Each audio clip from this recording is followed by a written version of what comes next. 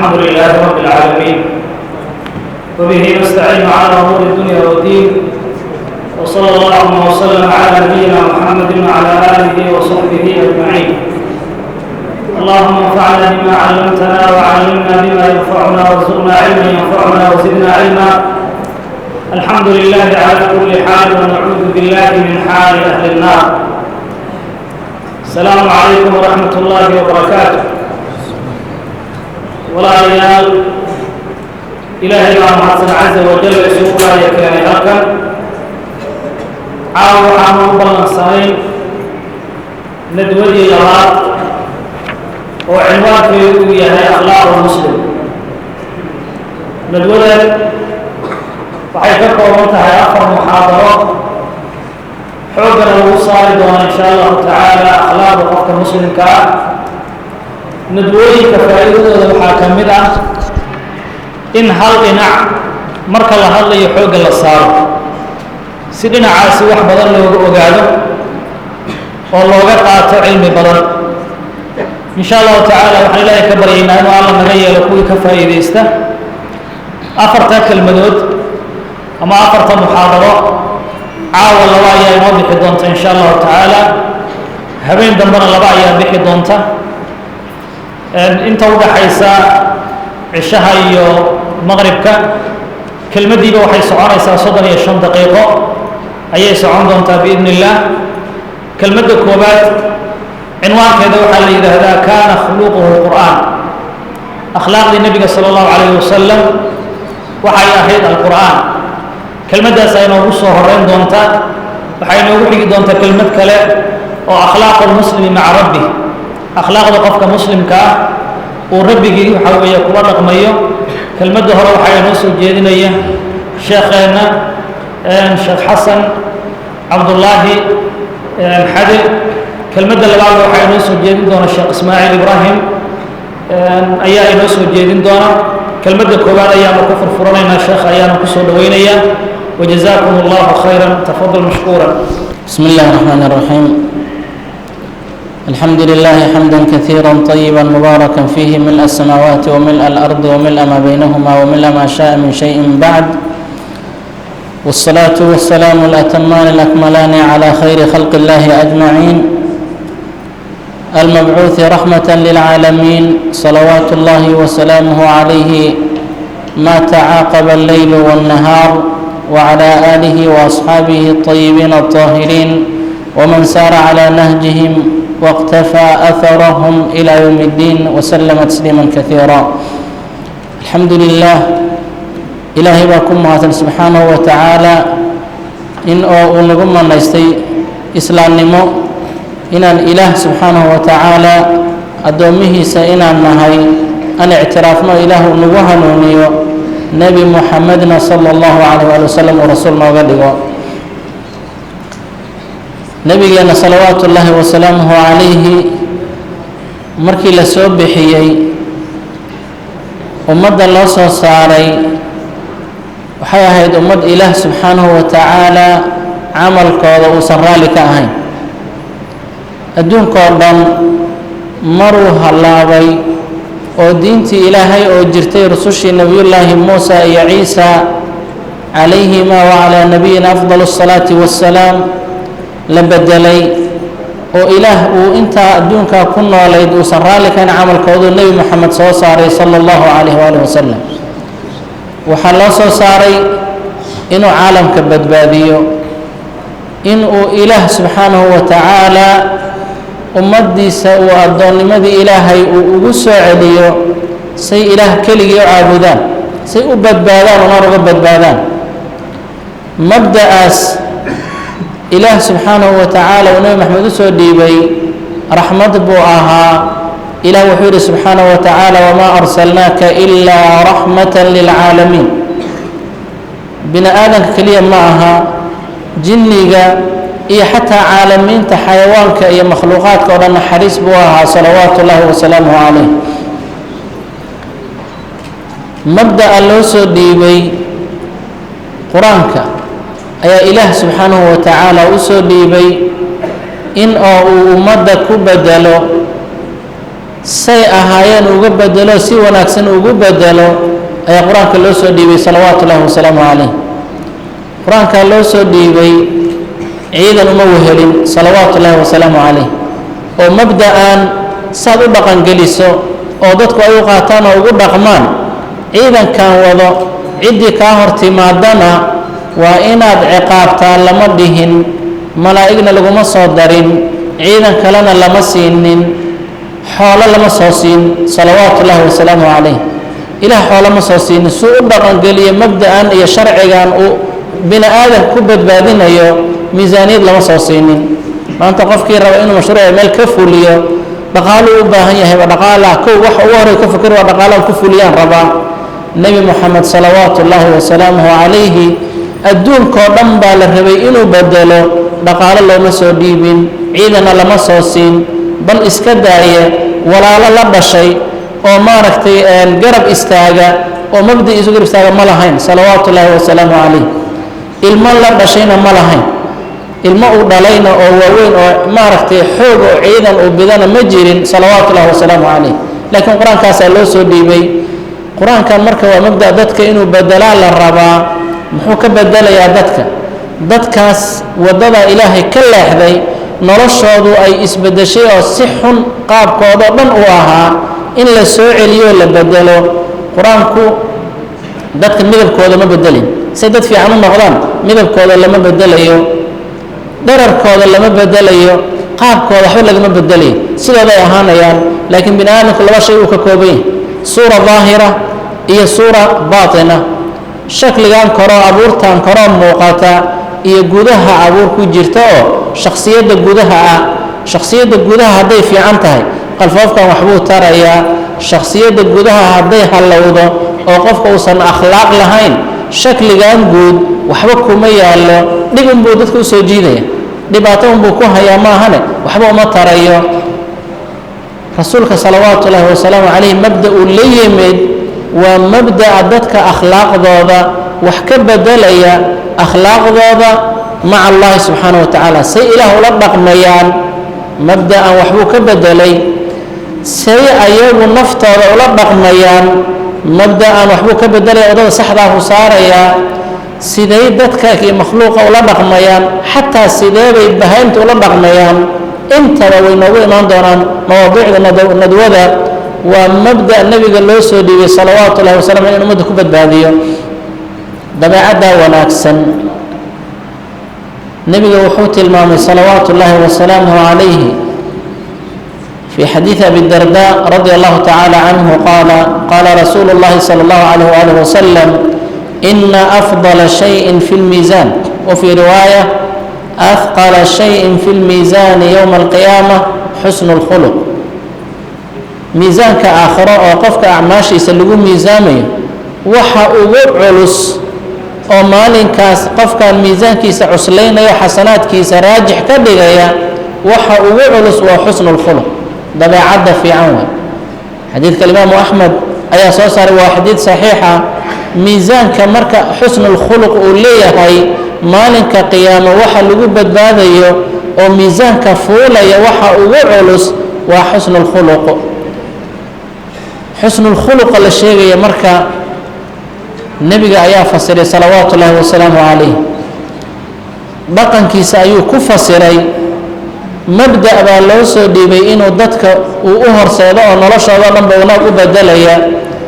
mabda'a marka waa cilmi nadari ah waa cilmi nadari ah waxa loo sheegaya afka laga hadlayo runta sheega ammaano la imaada xumaanta ka fogaada ilaahay taacadiisa ku dadaala waa hadal waa nebiga salawaatu ullaahi wasalaamu calayhi wuxuu ahaa hadalkaas mid turjumaya mabda'aas nadariga ah ayuu turjumayay ilaah subxaanahu wa tacaala markuu kitaab noo soo dhiibay fariin buu noo soo diray fariintan inaad fulisaan baa laydinka rabaa seen u fulinaynaa axadka fariinta sida oo rasuulka ilaahay sal alla alay wasalam ayaa fulinaya markaasaa nebi moxamed wuxuu ahaa salawaatu ullahi wasalaamu calayh qur-aan socda taabiciyiintii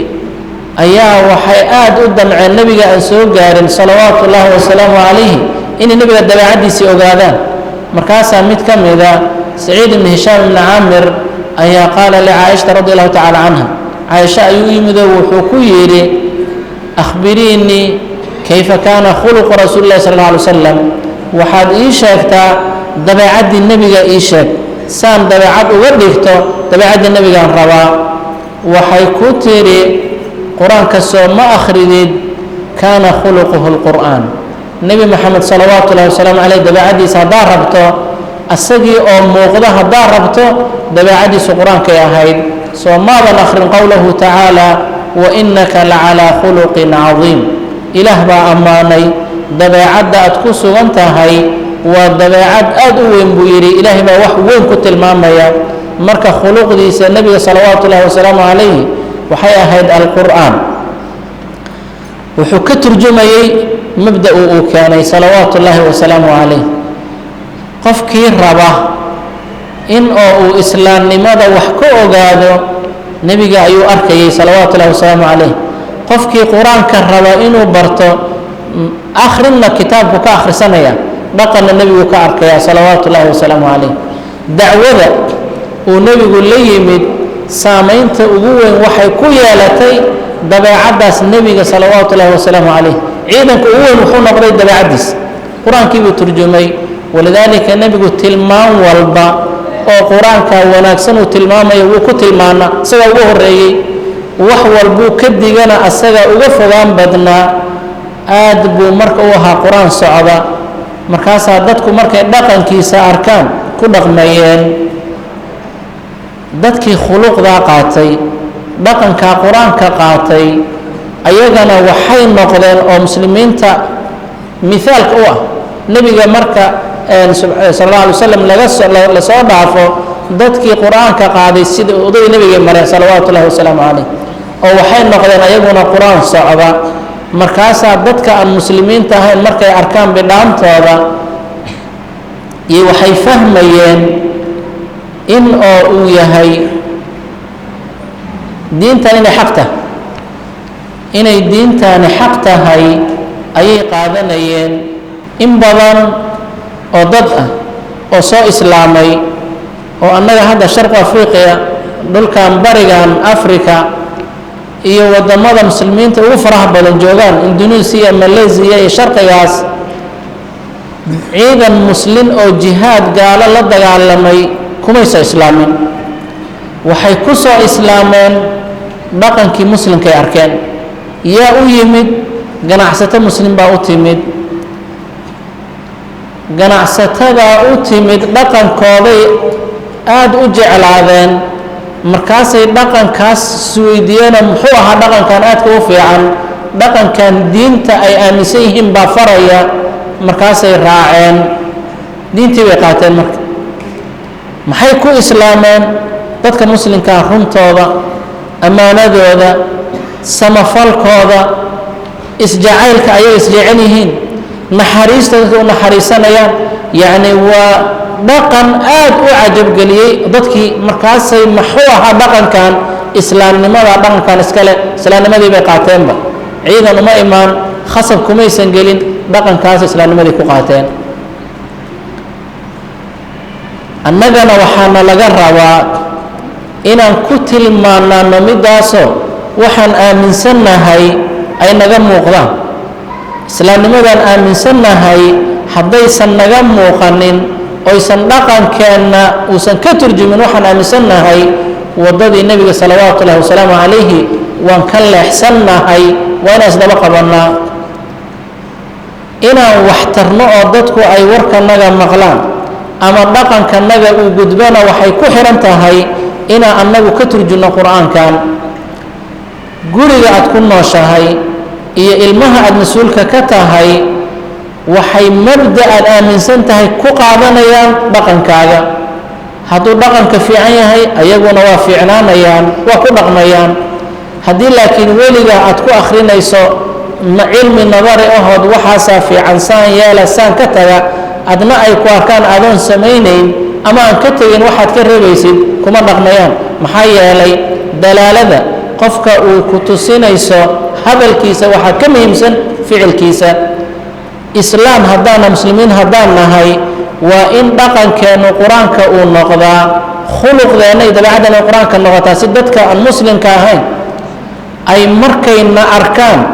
islaamnimada u jeclaadaan oo diin islaamka u qaataan waajibkana saaran kaas waa ilaah subxaanahu wa tacaala dadkii mu'miniinta ahaa waxay ka magan galeen rabbanaa laa tajcalnaa fitnatan liladiina kafaruu ilaahu gaalada fitnaha nooga dhigin mufasiriinta qaar ka mida waxay ku fasirayaan ilaahayow annaga dartan ooyaan diinta looga cararin macnaheedu waa maxay haddaan muslim nahay il kastoo na fiirinaysa waxaan samayno waxay ka turjumayaan islaamnimadii baa loo saarayaa diinta islaamka wata muslimiintiina waa kuwa haddii annagii ay naga muuqato wax dadka diinta islaamka ka cayriya macnaheedu fitno waxaan noqonnay dadkii diinta islaamka ka cayrinaya waajibkuna wuxuu ahaa dhaqankeena inuu dadka diinta islaamka u soo jiido dhowr goorna waa sheegnay wadaad baa aad wuxuu uga hadlay nin soo islaamay reer galbeedku ahaa islaamnimaduu akhriyey markuu wax badan ka akhriyay uu mabda'an aad u jeclaaday waa qaatay oo diinta islaamku soo galay markaasuu wuxuu yidhi waxaan rabaa inaan soo ogaado oon soo arko meesha dhaqankan laga hirgelinayo islaamnimada ah si camali ah si baractica isagoo lagu dhaqmay raba inaan u tago markaasuu soo baxay wuxuu yimid almaqrib alcarabi duwashaas galbeedka carabta ee morocco iyo libiya iyo aljazaa'ir aad buu ula yaabay islaamnimaduu soo akhriyey iyo dadkan muslimka ah dhaqankooda aad ugu kala duwanaaday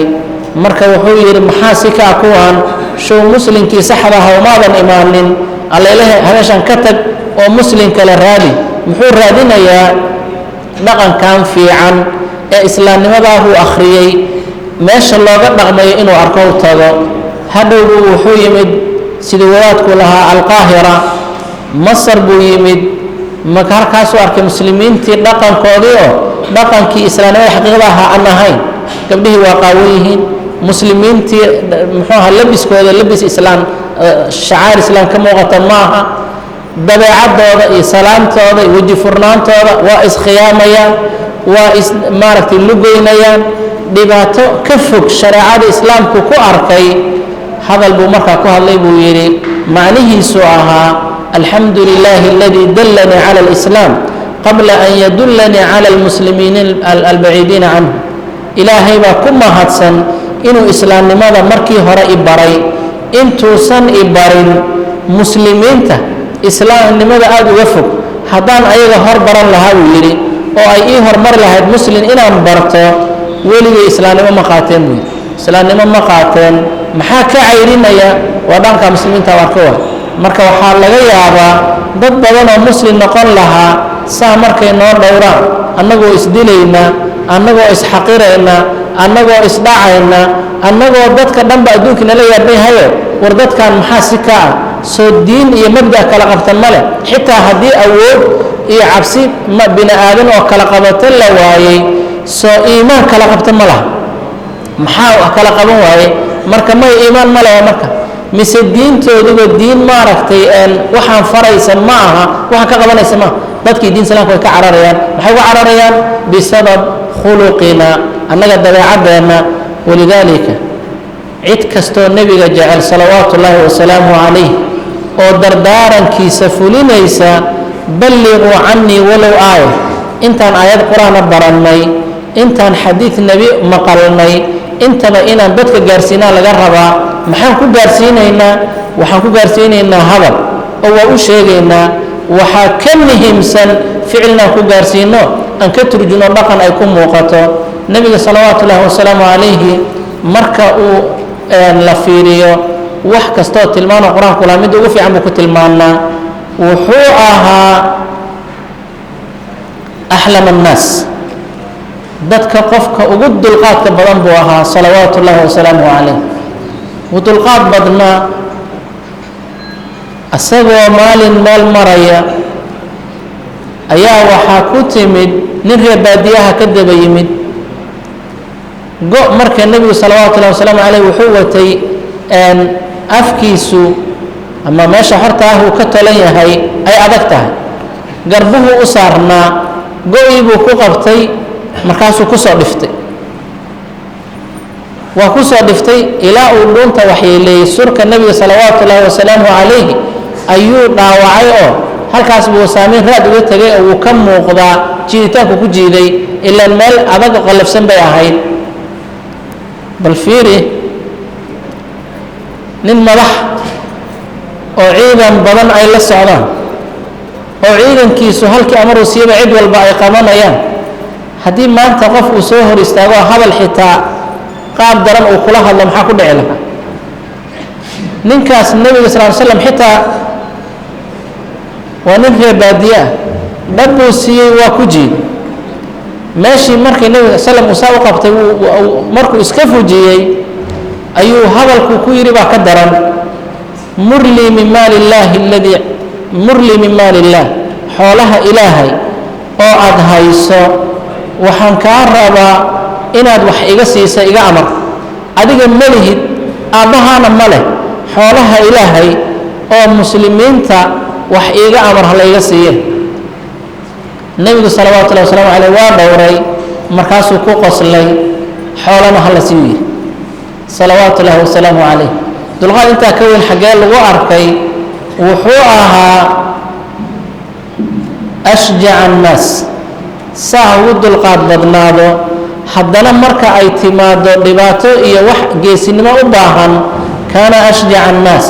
dadka isagaa ugu geesisanaa salawaatu ullaahi wasalaamu calayh anas wuxuu leeyahay kama fii saxiix albukhaari habeenada ka mida ayaa magaalada madiine waxaa laga maqlay qaylaa laga maqlay waa la argagaxay markaasaa qof walba hubkii la boobay oo fardihii wixii lagu dhigi karaa lagu dhacay meeshii qaylada ka timid baa lagu yaacay dadkii sii socday ayaa waxaa ku hor yimid buu yidhi nebiga sala allahu calayhi waaalihi wasalam oo faras abu talxa uu lahaa oo xitaa aan kooraysnayn buu saaran yahay meeshii qaylada ka yartuu ka yimid lan turaacuu buu yidhi waxba argagixina wax dhiba ma jiraan dadkii magaalada iyo halyeeyadii islaamka waxaa uga hormaray nebiga salawatu ullahi wasalaamu calayh meesha qaylada ka yartuu aaday oo maxay tahay maxaa ka jira asagoo maalin maraya safar ka yimid ayuu meel geed hoos harsaday asxaabtiina geedo u dhadhow oo ka yara durugsan bay wada harsadeen seeftiisii buu geedka surtay hadhow ayuu wuxuu indhaha ku kala qaaday nin kor taagan oo seeftii geedka ka soo qaatay oo galka ka bixiyey ayuu nebigu indhaha ku kala qaaday salawaatu ullaahi wasalaamu calayh waa nin gaal ah oo dadkii raadinayey buu ka mid ahaa wuu yaqaano wuu gartay seeftii mar galka ugala baxay buu wuxuu yidhi man yamnacuka minii yaa iga kaa reebayuu dhah yaa iga kaa celinaya nebigu salawaatu ullahi wasalaamu calayh ma argagixin ma nixin ma cararin ma qaylin allah buu yidhi allah kama baqin ninkii ilaah buu xusuustay subxaanahu wa tacaala allah buu yidhi marka intaa markuu yidhi seeftii baa ninkii ka dhacday ilaan qof ilaah cuskaday ilaah subxaanahu wa tacaala yakfi waa ku filan yahay markay ka dhacday buu seeftii soo qaatay markaasuu wuxuu yidhi adiga iga kaa celinay haddii asagu ilaah ma rumaysna kun khayra aakhidin buu yidhi iga roonow aniga iga fiicnow nebigu salawaatu ullahi wasalaamu calayh uu iska dayay asxaabta u yeehay asxaabta markuu u yeehay arrintiibuu u sheegay oo ninkan wuxuu sameeyey buu u sheegay inuu asxaabta u sheegay nebiga salawaatu ullaahi wasalaamu calayh waa dersi uu siinayo waa dersi ninkan wuu daayey oo faruhu ka qaaday laakiin asxaabta wuxuu ugu yeerayay inay ilaah ku kalsoonaadaanoo wax walbaba allah subxaanahu wa tacaala inay cuskadaan oo aysan bini aadan ka baqin ayuu barayay ninkaana saan yeelay anna saan baan seefta uga qaatay waa kanoo hadda waa fadhiyaa buyi ashjaca annaas buu ahaa nabiga salawaatu ullaahi wasalaamuhu calayh wuxuu ahaa qofka ugu dabeecadda fiican ehelkiisa reerkiisa guriga markuu joogo dadka adeegtada waa huwa adeegaya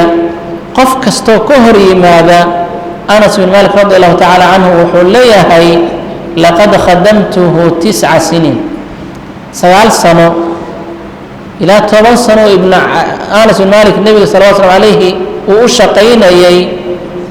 wuxuu yidhi maa calimtuhu qaala lishayin sanactahu lima facalta kada wakada ma xusuustuu yidhi 9 sanoon u shaqaynayay inuu waxaan sameeyey maxaad saa iyo saa u yeeshay ima dhihin buy waxaanan samaynna saa maxaa u yeeli weyday ima dhihin anas ilmo yar buu ahaa markii nebiga loo geeyey salawaatu ullahi wasalaamu caleyh 10 sanuu jiray markuu madiina yimid waa loo keenay ilaa intaasuu la shaqaynayay macnaheedu ma aha anas inuusan dayicin oysan ka dhicin wax dayacaada laakiin markay ka dhacdo nebigu ma canaanan jirin salawaatu ullahi wasalaamu calayh arxam annaas buu ahaa waxay leedahay caaisha radi allahu tacaala canha markuu guriga joogo kaana fii khidmati ahlihi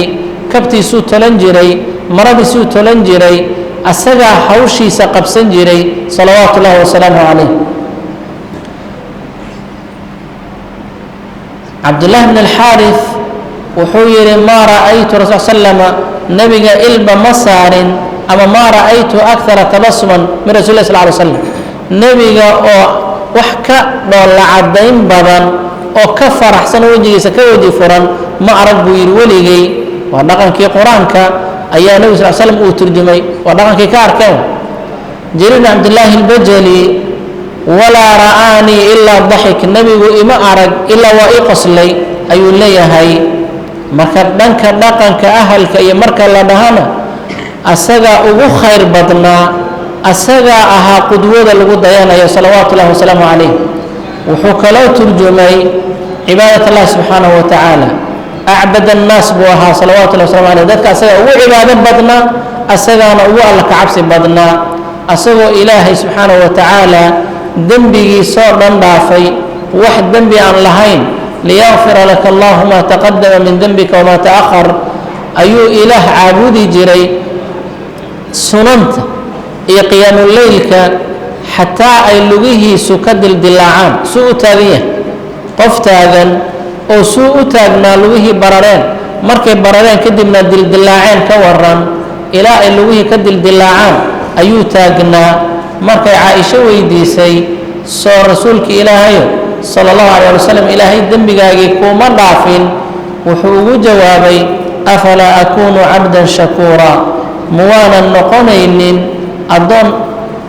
shukrin badan oo allihii galladdah ii galay muwaanan ku shukrinin buu yidhi salawaatu ullahi wasalaamu calayh dadka asaga ugu dikriga badnaa qur-aanku wuxuu farayaa yaa ayuha aladiina aamanuu dkuru llaha dikran kaiira wasabbixuuhu bukratan waasiila wاdaakiriina allaha kaiira wاdaakiraat intaas asagaa turjumay kaana yadkuru اllaha calaa kulli axyaanihi cali wayru siday ka warinayaan wuxuu ahaa mid ilaahay xusa calaa kulli axyaanihi wakhtigiisa oo dhan carabkiisa inuu ku hadlayo ma ahane ama uu maaragtay hurdee ilaah buu xusi jiray ma joojin jirin wuxuu ahaa acfa annaas dadka qofka ugu dhowrsoon maa lamasat yaduhu yada mra'atin qad gacantiisu gacan islaan ma taabanin oon ahayn maaragtay maxarimtiisa ama zawjaadkiisa salawaatu ullahi wasalaamu calayh laba shay lama dooransiinin ila اkhtaara aysarahumaa maa lam yakun iman hadday laba shay isu qabtaanna midka fudud buu weligii qaadan jiray in oo uu dembi yahay ma ahane hadduu dembi yahayna kaana abcad annaasi canhu dadka asagaa uga fogaan badnaa ka carari jiray wuxuu ahaa salawaatu ullahi wasalaamu calayhi askha annaas dadka qofka ugu deeqsiisan buu ahaa isagaa ugu deeqsiisanaa inta ilaahi subxaana wa tacaala uu deeqsinimo faray asagaa tusaale u ahaa salawaatu ullahi wasalaamu calayh ibnu cabbaas wuxuu leeyahay kaana ajwad annaas dadka asagaa ugu deeqsiisanaa wa kaana ajwada maa yakuun waxayna ugu badnayd deeqsinimadiisa marka uu jibriil la kulmayo ramadaanka qur-aanka uu la mudaarasaynayo ayuu ahaa nin reer baadiyaha u yimid isagoo xoolo qaniimo ahaya markaasuu xoolo weydiistay wuxuu siiyey ari aad u fara badanoo buurta laba buuro dhexdood buuxinaya hadhow buu la tegey dadkoodii markuu u tegay buu wuxuu yidhi ji'tukum yaa qowmi aslimuu buu yidhi wardadow islaama fa ina muxammadan yucطii caطaa'a man laa yakhsha alfaqra yucطii caطaa'an siismo ayuu bixinayaa laa yakhsha alfaqra qofaan faqri ka baqaynin yuu u bixinayaa ka qayb qaata oo qofkii xoolo rabo u doono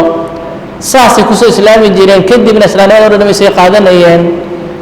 wuxuu ahaa salawaatu ullahi wasalaamu calayhi ashfaqa annaas dadka isagaa ugu dhimrin badnaa oo dadka isagaa ugu dhimrin badnaa oo si kasta oo loogu xadgudbo kama aargoosan jirin cidna waxaa lagu yidhi reer mako ayaa maka ka saaray wuu isaga cararay daa'if buu tegey daa'if baa soo cayriyoo lugaha dhiig ka keenay wuu iska baxay marka xitaa wuu is-iloobayoo asagoo meel qarnat carab lahu isgartay halkaasaa waxaa ugu yimid malakuljibaal markaasaa wuxuu ku yidhi haddaad rabto labada buurood baan isugu dhufanay labada buurood baan isku dhufan qofna kama haray dhib bini aadan loo geysto oy ula hareen lama arko si walbay u dhibeen islaamnimadii waa ka diideen malagii markuu yimid oo la yidhi waa la xaaqayaaye adiga hadalkaagay ku xihan tahay haddaad dhahdo hal lagu dhufto labadaa buurood qofna kama harayo muxuu yidhi salawaatu ullahi wasalaamu calayh dhaafuu yidhi ha ku samaynina waxaan rajo ka qabaa inuu ilaahay dhabarkooda ka soo saaro man yacbud allah waxda walaa yushriku bihi shay-an dulqaadkaasuu lahaa tacliimta uu bixinayo salawaatu ullaahi wasalaamu calayhi dhan walba iyo si walbaba ha ahaatee shafaqo iyo naxariis uu ku bixinayay annaga maanta waxaana laga rabaa marka haddaan nebi moxamed salawaatu ullahi wasalaamu calayhi jecelnahay mabdi'iisii iyo qur-aankiisii aan wadanno qur-aankan inuu dabeecad noo noqdo seebuu dabeecad noogu noqonayaa inaan baranno inaan ku dhaqano dimahanaga uu ka muuqdo inaan ku talagalno in ficil kastoo naga soo baxaya uu waafaqsanaado uusan khilaafsanayn waxa nebigu faray salawaatu ullahi wasalaamu calayh haddii kale waxay noqonaysaa inaanaa nebiga jeclayn salawaatu ullahi wasalaamu calayh ilaan jacaylkiisa wuxuu ku xihan yahay in la raaco qofkii raacaa jecel maxaa lagu raacayaa kaana khuluquhu lqur'aan annagoona marka waa inay noqoto khuluquna alqur'aan waa inaan isku qufulnaa mar walbaba ay nagu taagnaataa dabeecaddeenu waa inay qur-aanka noqotaa inaan qur-aankaa dabeecaddeenu noqotaa waxay ku noqonaysaa inaan baranno oo aan mar walbaba isku dayo inaan camalkan oo dhanna waafajinno nasal allah subxaana wa tacala an yuwaffiqna lima yuxibu wayardaa وصلى الله وسلم وبارك على نبينا محمد وعلى اله وصحبه اجمعين. جزاه الله خيرا شيخ حسن الله خير السيو كلمتي سنه الله نبو انفعو waxay ahayd kelmad ka tarjumaysa waxa quraanku uu yahay iyo waxa lagu soo dejiyay iyo sida la doonayo inaan ugu tilmaamaano waxaan u gudbaynaa insha Allah taala kelmadii labaad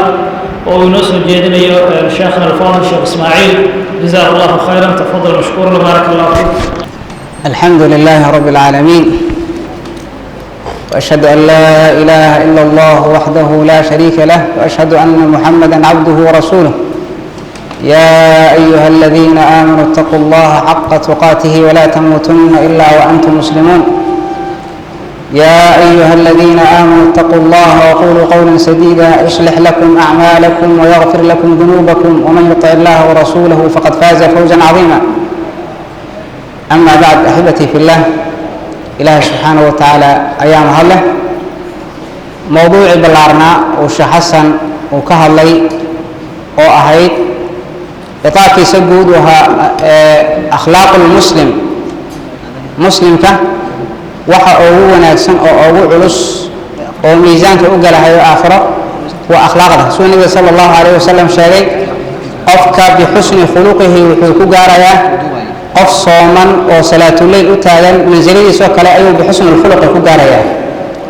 النبي صلى الله عليه وسلم وحو شاقي ووجع لها معلنة قياما ووجع وان بضان إنه يهين كو أو أخلاقه ونكسن منزلة مركز جود أخلاقه أي لا هي واسداس ووحى ميزانك آخر قف أو عليس كبران وحى أغسي عليس كبران أغسي ونكسن أغسي قيمة بدن أخلاق المسلم مع ربه قف كمسلم كأه لا دقن كإله سبحانه وتعالى ولا دقمايو يقابك ولا دقمايو أخلاق لا غير قف كمسلم كأنه إله سبحانه وتعالى وكل دقمه حكمه الصدق الصدق مع الله إنه إله سبحانه وتعالى وأرن شيئا ضبطا أي أسر تجد شيء إني أفكا كشيكتان إسلامي إني لا إله إلا الله بهان إني نبي محمد بهان رسول الله باتهي إني واحد بضان أو دين تكميدة أو وناكسن وقفك مسلم كهرمت الشيء وأجر كهل لها يعرف كعبران لكن الله سبحانه وتعالى كشيء وحود إني بينه إذا جاءك المنافقون قالوا نشهد إنك لرسول الله والله يعلم إنك لرسوله والله يشهد إن المنافقين لكاذبون وحليه هي إله سبحانه وتعالى نبي محمد المنافقين تمرك كوي ما له وحيليه نشهد إنك لرسول الله وحن قلنا إن أتها رسولك إله وأبيها إن أتها رسول كيسي منافقين تن إن بين شيئين بالله سبحانه وتعالى أبيها مرقاتكيها يعني منافقين قول كاس أي أفكا كليهم نشهد إنك لرسول الله وبين قلبي وذا كما سوفلين مركا وحا أغمه إنسان وقفك مسلم كعلى غربه الصدق مع الله وإيه إن إله سبحانه وتعالى وأرن شابه إله سبحانه وتعالى نوون عن رمضة يا أيها الذين آمنوا اتقوا الله وكونوا مع الصادقين كو إله سبحانه وتعالى رمي إله كبقى كو صادقين تأهرنت الشيغانة كمين نقضى وقرنا إنسان صحابة يصدح ذاها وغزوة تبوك هري وضد بضنا المنافقين أي لها رين أي صدح ذو إله سبحانه وتعالى وكنت وافجيي وحقيقة سيدة هيد ووافقين كدبنا توبضي بكرن الشيغان إله سبحانه وتعالى وكا أقبلي النبي صلى الله عليه وسلم أي وحى على إنه نلقي في بعض الغزوات ننكي والنبي صلى الله عليه وسلم غنيمة سيئي وحوي رسول الله أن غنيمكم مرعي وحن قول راعي إن أنقلات ديال كذا وحبض هالكاس أي ما تقعنا ويقعد عضو ورم أما فلار ويقعد عوامنته وانجمد كذا النبي وحوي رهدوه رنشة الإله ويقول شيء ديال بالقري ننكي سيدي وشيء هي ماشي وفرت كتاجة هي أيو سهم يا فلار أغنعي سيدي بو إله سبحانه وتعالى وعمل كيسي وكو أقبل أهل الجنة وكون أغرمي إن صدق الله هذا دو إله رشاو إله سبحانه وتعالى أغرمشي نبا من النبي صلى الله عليه وسلم وحور رسول الله عبادات تبو ويدي محال يقول لي هاي شان صلوات عندها تطوع سمين سوى هل كذا لكن شان صلوات بواجب كوا بشهر رمضان أنا صنته عبادات تبو أتري رسول الله انت هدي أن سمع الجنة مقالها حوير النبي صلى الله عليه وسلم نعم نبي وحوير أفلح وأبيه إن صدق منك هدور رشاقي محانك وراء هذا والليباني مركع عبادات يوحى الله وحى الصمينة وحيكون حريهين الصدق نبينا صلى الله عليه وسلم إن بوضع أكتنا حديثة من قال لا إله إلا الله صادقا من قلبه دخل الجنة الصدق لقفك هذا لا إله إلا الله وكرر الشيء هاي وقلبه سأي كسر بعضي أعماش ما تقعنا الدماغ أولا عمل فلي لا إله إلا الله مقتضيات كيلو واحد كان سنة يسكو عمل فلي دخل الجنة قفك أسرع جنة وقلها مركا الصدق مع الله من إله سبحانه وتعالى الله مشاهده وقفك مسلم كأه إسلام تؤره بي وأسرع ومتقعنا قبرك آدم كجر آله إلى ألست بربكم مركي إله سبحانه وتعالى أدون كان وكان عقل للسيئ وحضرتينه رسالة النبي محمد فهمي إنه كرم شاوه وحاوي الصدق مع الله مركي إن إله سبحانه وتعالى الله رم شاوه أخلاق قفك مسلم كأه أيه كوكتها وحكم إذا أخلاق قفك مسلم كأه لقرب إنه كل رغمه وحنكر التسليم لله سبحانه وتعالى إنه إله يسوليه إله سبحانه وتعالى إنه يسوليه أمر كي سقاطه wax alla wixii xubun diineed oo soo gaaro wuxuu xigmadiisa fahmana alxamdulilah wuxuusan xigmadiisa fahmin oo sidaa ku qaato ilaahi subxaanahu wa tacaala wuxuu leeyahay falaa warabbika laa yu'minuuna xataa yuxakimuuka fima shajara baynahum uma laa yajiduu fii anfusihim xarajan mima qadayta wayusallimuu tasliima ilaah baan ku dhaaf ma rumaynahayaan ilaa ay kula soo xugun tagaan waxaad ayaga dhex maro kadibna ayna naftooda cariiri iyo xaraji waxba ka dareemin oo arrinka kuu sallimaan oo kuu dhiibaan ayagoo naftooda ay saafi ku tahay marka waxaa waa tasliimu lilahi subxaanahu wa tacaala waman yuslim wajhahu ila allahi wahuwa muxsin ilaah subxaanahu wa tacaala marka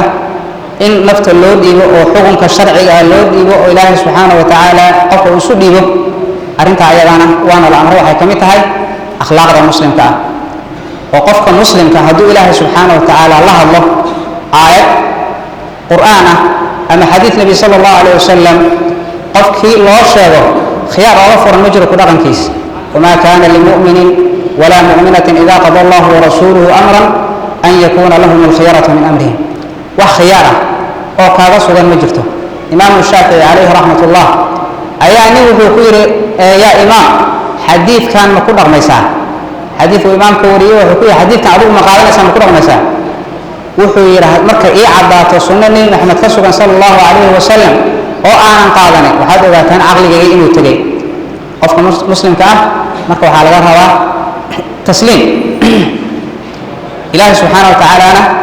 akhlaaqda qofka muslimka ah uu aad iyo aad qur-aanka ugu celceliyo oo u sheegay waxaa ka mid ah tasliimkaas iyo assidqu oo iimaanka aan sheeganayno iddicaa kuma soconaya axasiba annaasu an yutrakuu an yaquuluu aamanna wahum laa yuftanuun walaqad fatanna aladiina min qablihim falayaclamanna allahu aladiina sadaquu walayaclamana alkaadibiin sidqiga waa muhim jiddan marka oo ilaahi subxaana wa tacaala mu'miniinta wuxuu u ictibaariyey mu'minnimada loo ictibaariyey إنما المؤمنون الذين آمنوا بالله ورسوله ثم لم يرتابوا وجاهدوا بأموالهم وأنفسهم في سبيل الله أولئك هم الصادقون مركز صدق إيمانك waxay ka mid tahay akhlaaqda qofka muslimka ah looga baahan yahay tasliimka in badan uu ilaahay subxaanahu wa tacaala uu ku celceliyey nebiga sala allahu calayhi wasalam waxaa ka mida waxaa ka sugan oo dhacday cabdullaahi ibnu rawaxa saxaabiga la dhihi jiray ayaa nebiga oo masaajidka ku jira oo saxaabada la hadlayo oo wuxuu maqlay leh ijlisu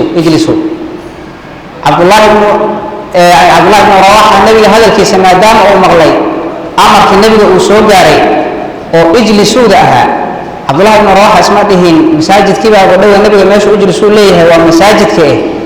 maxaan ku idhaahdaa masaajidka baltag halkii uu marahayay oo waddada ahayd buu fadhiistay maadaama amarkii nebiga sala allahu alayh wasalam uu maqlay aayadda ilaahi subxaanahu wa tacaala yaa ayuha aladiina aamanuu istajiibuu lillahi walirasuuli idaa dacaakum limaa yuxyiikum uu maqlay uu fahmay meeshii uu marahayay buu fadhiistay marka ilaahay rasuulka qofka hadday la hadlaan waxaan ku idhahda inuu samicnaa wa atacnaa mooye wax kaloo u furan qofka mu'minka ah ma jiraan akhlaaqda mu'minka ayay ka mid tahay inamaa kaana qowla almu'miniina idaa ducuu ila allahi warasuulihi liyaxkuma baynahum an yaquuluu samicnaa wa atacnaa hadday xugun noqoto ama wax nebiga ka sugan sala allahu calayh wasalam laguu sheego qofka muslimka ah waxaan ahayn samicnaa wa atacnaa oo u furan ma jirto akhlaaqda qofka muslimka ah waxaa ka mid a walaalayaal alridaa billaahi rabba inuu ilaahay subxaanahu wa tacaala rabbinimo oga raali noqdo oo nebiga sala allahu calayhi wasalam wuxuu leeyahay daaqa طacma aliimaani man radya billaahi rabba waxaa iimaanka macaankiisa dhadhamiyey qofka ilaahay subxaanahu wa tacaala rabbinimo oga raali noqdo oo rabbinimo inaad ilaahay oga raali noqoto waa inaad tirsantahay inuu ku abuuray inuu asaga koonkan leeyahay inuu asaga ka taliyo inuu amarkiisa yahay in wuxuu asaga rabo laga fulin karo wuxuusan asaga rabinna mataqaanaa aad ka istaagayso intaasoo dhan waxay ka mid tahay waxyaalaha qofka muslimka alridaa billaahi rabba qowl iyo ficilbo in lagaaga helo lanno ilaahay subxaana wa tacaala wuxuu leeyahay alaa lahu alkhalqu waalamru ilaahay subxaana wa tacaala wuxuu leeyahay koonkan abuuridiisa amarka iyo waxa lagu dhaqaayo sida looga talinahayo iyo mataqaanaa sida loo kala damaynayana ilaahay asagaa soo dejiyey koonkan da abuuray adinku saad rabtaan ka yeela ma dhihin alridaa billaahi rabba akhlaaqda muslimkay ka mid tahay marka waxaa ka mid ah in ilaahay subxaana wa tacaala la isu dhiibo oo qofka muslimka ah وانقياد استجابة وسمايا في السراء والضراء مركي حالتك كوغو علوستهاي يا مركي كوغو أدكتهاي أمرك إلهي سبحانه وتعالى إن أتقاضته إلهي وحو أماني مركي ديالك أحد ودعي وصحابة اللي بدن يسوق جارتي oo in badan dhaawacmeen oo in badan dib badan la kulmeen oo in badan qaraabadoodii dhimatay ayadoo dib iyo dhaawac badan u jiro ayuu nabiga sallallahu alayhi wasallam wuxuu saxaabadii ina bixiya nimanka ka daba tagnay xamraa al-asad baa loo baxay nabiga sallallahu alayhi wasallam saxaabo badan oo dhaawac iyo dib badan qaarkood ay qabaan ayaa raacay ilaahi subhanahu wa ta'ala wuu amaaray kuwa ayaga walladina istajabu lillahi war rasuli min ba'di ma asabahum bil qarh kuwa ilaahi subhanahu wa ta'ala ilaahi rasuulkiisa ma taqaanaayo ay jiibay oo raacay marka dib badan ayaga soo gaaray dib badan qabo ilaahi subhanahu wa ta'ala wuu amaanay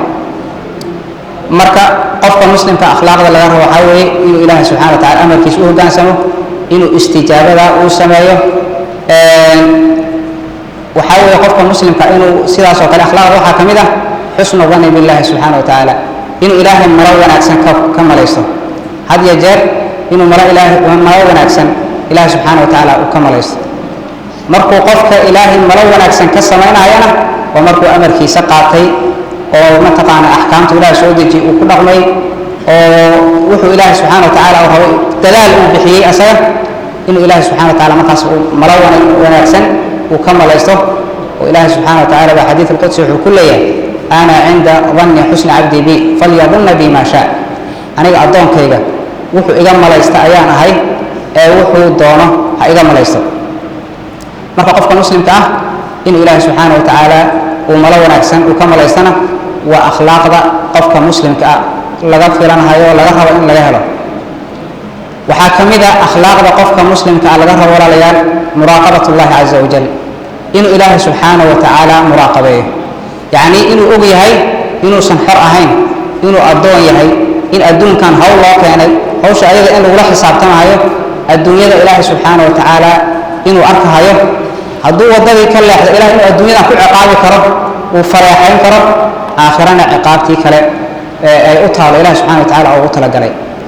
oo Allah subhanahu wa ta'ala gaaladii asagoo ka hadlaya nabiga dhigtay ayaa wuxuu leeyahay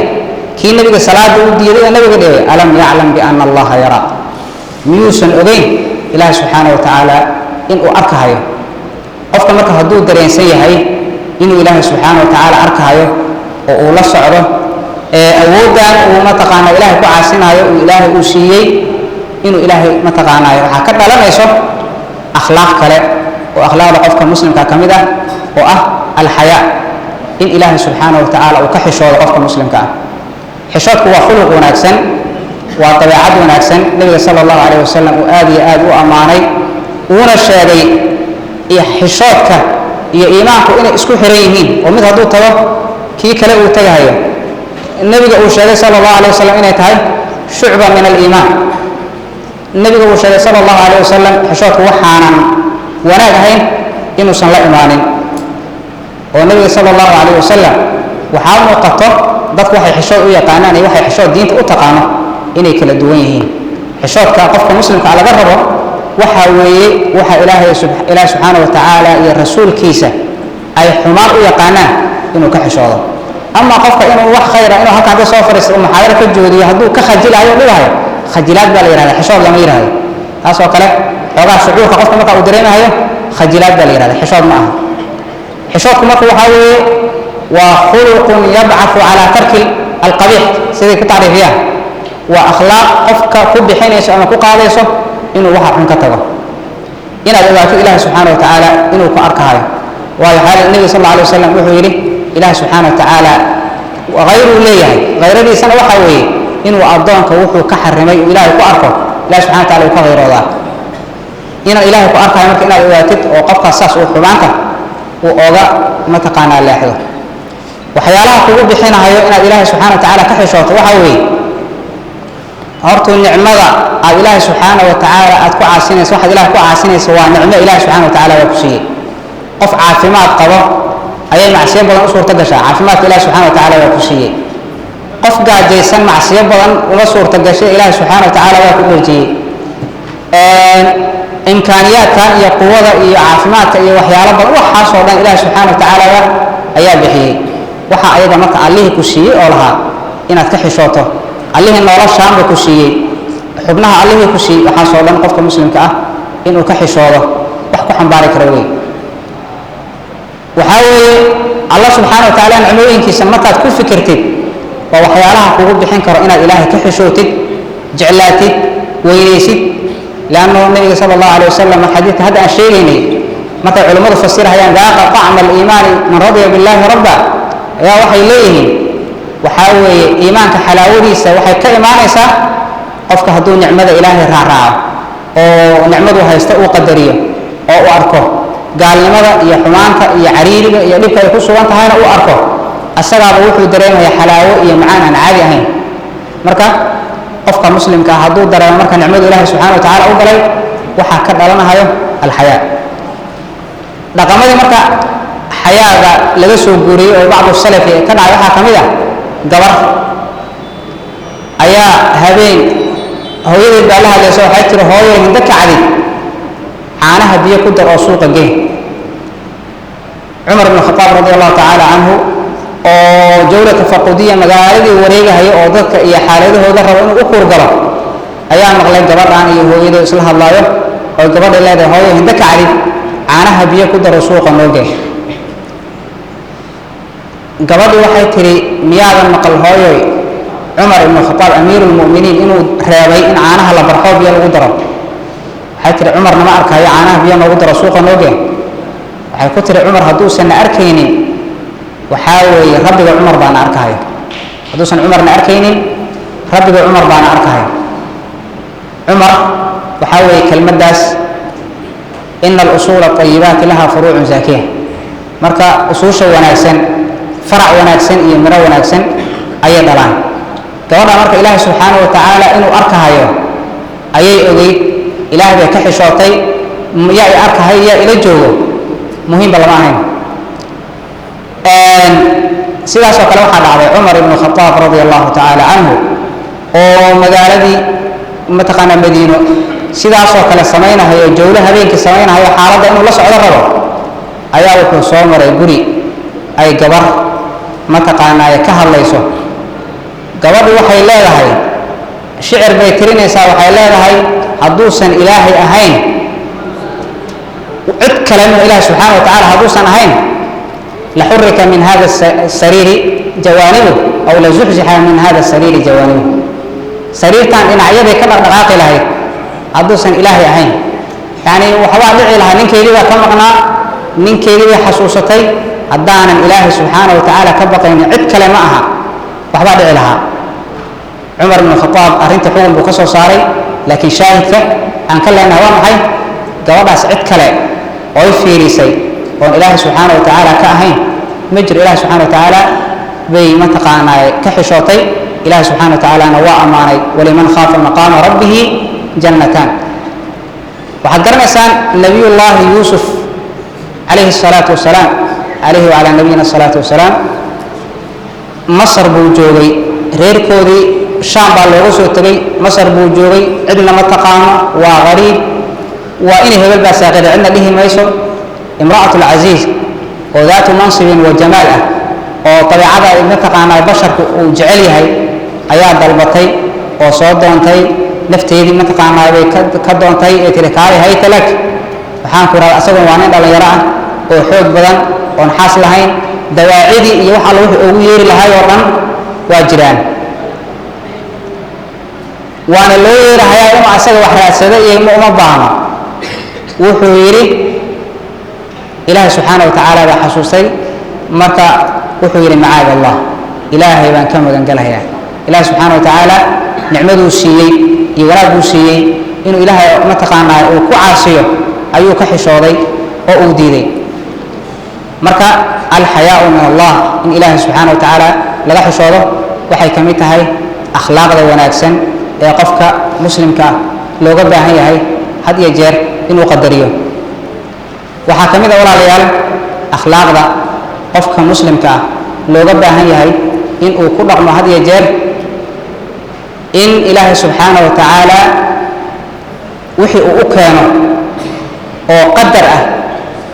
oo ilaahay ku kalifo qadar ah ama sharci ah inuu ku raali noqdo oo waxay kamid tahay الرضا بالله ربا هذا عن شيئين أي قيب كتهاي وحاوي كون كان الله سبحانه وتعالى حكمة بوء أبورتي وحال غيار وحال أدب الشر نوديسي وأدب صن لهي إنه إله سبحانه وتعالى كوكانه وحا أيقع إنه قفك كصبره وكرها للنقضه وحاوي أخلاق قفك مسلم كأه أي كمتاي والنبي صلى الله عليه وسلم حوليه أدونك هدي أهر مرتك متقنا منزله هذا إلى أتيس منزله أظهر مرته ومنزله ذا وسن كجاري كرين عمل كيسة إله سبحانه وتعالى هو امتحامات جسد كيسة أما علمه كيسة يوحى لما إله سبحانه وتعالى هو امتحامات إلى ومنزله ذا أيه هي وكجارسيه مرك أخلاق المسلم كأه إنه أقدارت إله سبحانه وتعالى وكوم تقناي صبره أيها كمية رقم كأي أخلاق قفك مسلم كأه أخلاق المسلم كأمرك إله سبحانه وتعالى قفك وكل رقمه وحوي إله سبحانه وتعالى إنه وينيه تعظيم الله عز وجل إله سبحانه وتعالى إنه وينيه إنه جعلاده إنه قدريه إنه أمر كي سقاطه وحي هذا أن سوى شيء استجابة إيه تسليم إيه رضا إيه أمر كي إنه أقبله وقبول ومتقنا إيه تسليم وكو أقبله وحاصل لهم حكمتها هاي أخلاق قفك مسلم كأه قفك مسلم كأه مرك إله رب النمو قنصن أحكام الشريعة سيدة أقاطي إيمان كان وقلبك كي أعمال القلوب إيه أعماشي جوارح إيه اللسان كي يسود وافقين وحوي وحصلا إن ظاهر كيس إيه باطن كيس يسوافقان إله سبحانه وتعالى وحن كبرينا إن أخلاق ذو ناكسن ربنا عز وجل أقلنته وربنا أكرر لي هي أننا إله سبحانه وتعالى جنة نور سيد كرته أو الله سبحانه وتعالى نوافجيه اللهم صل وسلم وبارك على عبدك محمد وعلى آله وصحبه أجمعين. جزاكم الله خيرا شيخ إسماعيل كلمتاس قيمها بضله وأعتقدك أفضل منك لو قدامي ربي وعظمه وضرب الأسئلة الشيخ الإسماعيل وحكم إله الله وشاءه وأعطاه رب عز وجل إلا إلى اليوم الأخر إن الله لا يحشر عز وجل وأنا أدري أن الأسد قوم مؤمن كائن وكذا الأرض وليا وعمل كائن ودوري إن شاء الله تعالى عاوي قيتي كولاد البلد والله تعالى راهي وحامل منها علمنا سيدا صدق أيام ليس له وصف عبارته إلهي وحديد ويدين الميزان حسنات يوم القدر من الضباب رحمه إن شاء الله تعالى على جيبنا إن شاء الله تعالى حضورك ما شوف المصلحة في إعلانه قف أسفل عندي كل وقصة تساعد لا تبقى كارثة قف أسفل حين كتير ومعرض أسفل حين كتير إلى أسفل حيث كما هي ست الخير كاس وغير خير غاطة انتفاع فكرة أدوها حدود فرقة يا غير خير جزاكم الله خيرا وبارك الله فيكم وإلى حبيبنا إن شاء الله تعالى هي قيس لها جزاكم الله خيرا